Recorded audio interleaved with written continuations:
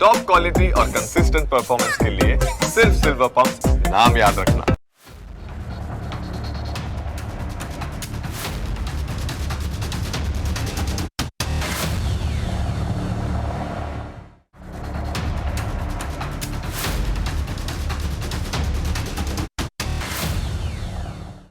અઠ્યાવીસમી ફેબ્રુઆરીથી શરૂ થયેલા ઈરાનના યુદ્ધે એક રીતે આખી દુનિયાની અર્થવ્યવસ્થાને બાંધમાં લઈ લીધી હતી. હોર્મુઝનો મહત્ત્વનો દરિયાઈ રૂટ ખોરવાઈ ગયો, ક્રૂડ ઓઇલની કિંમતો વધી ગઈ.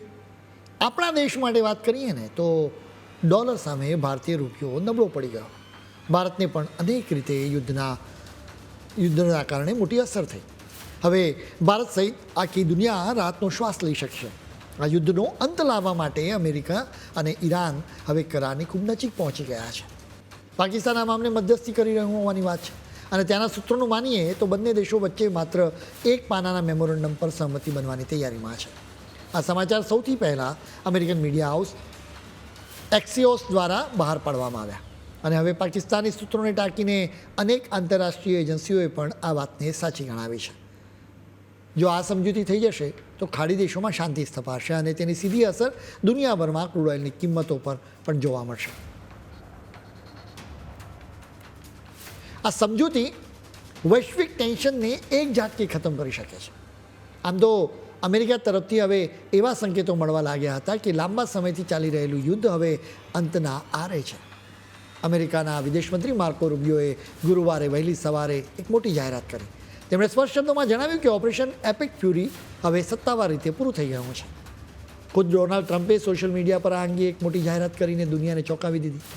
તેમણે લખ્યું કે પાકિસ્તાન અને અન્ય દેશોની વિનંતીને આધારે ઈરાન દેશ વિરુદ્ધના અભિયાન દરમિયાન અમને જે પ્રચંડ સૈન્ય સફળતા મળી છે અને સાથે જ ઈરાનના પ્રતિનિધિઓ સાથે સંપૂર્ણ અને અંતિમ સમજૂતી માટે જે નોંધપાત્ર પ્રગતિ થઈ છે એને ધ્યાનમાં રાખીને અમે પરસ્પર સંમતિ સાધી છે કે નાકાબંધી સંપૂર્ણપણે અમલમાં રહેશે, પરંતુ પ્રોજેક્ટ ફ્રીડમ ટૂંક સમય માટે અટકાવવામાં આવશે, જેથી જોઈ શકાય છે કે સમજૂતીને આખરી ઓપ આપીને તેના પર હસ્તાક્ષર કરી શકાય છે કે નહીં.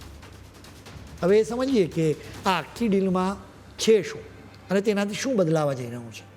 એક્સિયોસના અહેવાલ મુજબ આ સમજૂતીના મુખ્ય 3 પાયા છે, જેમાં ઈરાન એના પરમાણુ કાર્યક્રમ પર રોક લગાવશે, સામે અમેરિકા તેના પર લાદેલા તમામ આર્થિક પ્રતિબંધો હટાવી લેશે. આટલું જ નહીં, અમેરિકા દ્વારા અત્યાર સુધી ફ્રીઝ કરાયેલા ઈરાનના અબજો ડોલર પણ પાછા આપી દેશે. સૌથી મોટી રાહતની વાત તો એ છે કે બંને દેશો હોર્મુઝની સામુદ્રધુનીમાં જહાજોની અવરજવર પરના નિયંત્રણો હટાવવા માટે સંમત થયા છે. આ ઐતિહાસિક કરાર માત્ર એક પાનાનો છે, પણ તેમાં અત્યંત મહત્ત્વના 14 મુદ્દાઓ સામેલ છે. અમેરિકા તરફથી સ્ટીવ વિટકોફ અને જેરેડ કુશનર સીધી રીતે તેમજ મધ્યસ્થીઓ દ્વારા ઈરાનના અધિકારીઓ સાથે સતત સંપર્કમાં છે. આ ફાઇનલ વાતચીત કરી રહ્યા છે. અત્યારે જે સ્થિતિ છે તે મુજબ આ મેમોરેન્ડમ દ્વારા પહેલાં તો યુદ્ધ વિરામની જાહેરાત કરવામાં આવશે. ત્યારબાદ 30 દિવસનો એક એવો સમયગાળો શરૂ થશે જેમાં પરમાણુ કાર્યક્રમ પર અંકુશ મૂકવા અને પ્રતિબંધો હટાવવા બાબતે વિગતવાર ચર્ચા કરવામાં આવશે.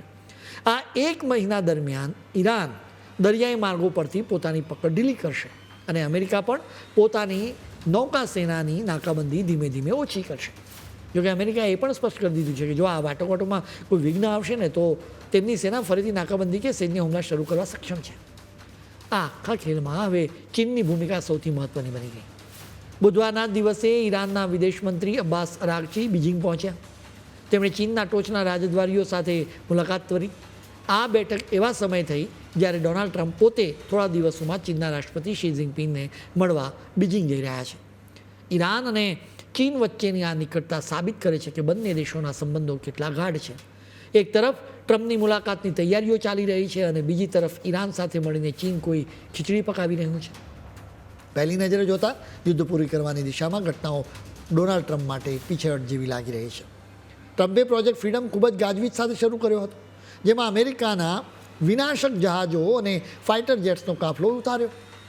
હેતુ એ હતો કે ઈરાન સામે તાકાત બતાવીને દરિયાઈ માર્ગ ખુલ્લો કરાવો, પણ પ્રોજેક્ટ શરૂ થયાના ગણતરીના કલાકોમાં તેને અટકાવી દેવાયો. ઈરાનના પરમાણુ પ્રોગ્રામનું શું થશે એ બાબતે અત્યારે જાજો ખુલાસો નથી થયો. ઈરાનમાં નેતાઓ માર્યા ગયા છે, પરંતુ શાસન વ્યવસ્થા એ જ છે. એટલે જ ઈરાન કોઈ પણ ભોગે ભૂગર્ભમાં પરમાણુ પ્રોગ્રામ આગળ વધારશે.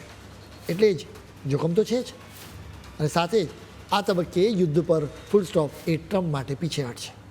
બીજી તરફ આ આખી સ્થિતિમાં ચીન સૌથી મોટા વિજેતા તરીકે ઉભરી આવ્યું છે. જ્યારે ટ્રમ્પ આ ઓપરેશન રોકી રહ્યા હતા ને ત્યારે ઈરાનના વિદેશ મંત્રી બીજિંગમાં ચીનના ટોચના નેતાઓ સાથે બેઠક કરી રહ્યા હતા. આનાથી દુનિયામાં એવો મેસેજ ગયો કે અમેરિકા ભલે લશ્કરી તાકાત બતાવે પરંતુ ખરી ડિપ્લોમસી તો ચીન જ કરી રહ્યો છે. ચીન ઈરાનનું તેલ ખરીદે છે અને હવે તે મધ્યસ્થી તરીકે પોતાની પકડ વધુ મજબૂત કરી રહ્યું છે. ટ્રમ્પની આગામી ચીન મુલાકાત પહેલાં આ ઘટનાએ ચીનનો હાથ ઉપર કરી દીધો છે.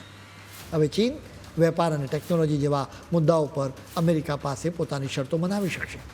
એટલે જ ટ્રમ્પની ફ્રીડમ છીનવાઈ શકે છે. જીઓપોલિટિક્સની શતરંજના આ ખેલમાં અત્યારે ચીનનો હાથ સૌથી ઉપર છે. જો કે આ ખેલમાં બાજી પલટાતા વાર નથી લાગતી. એટલે જ નજર રાખવી પડશે.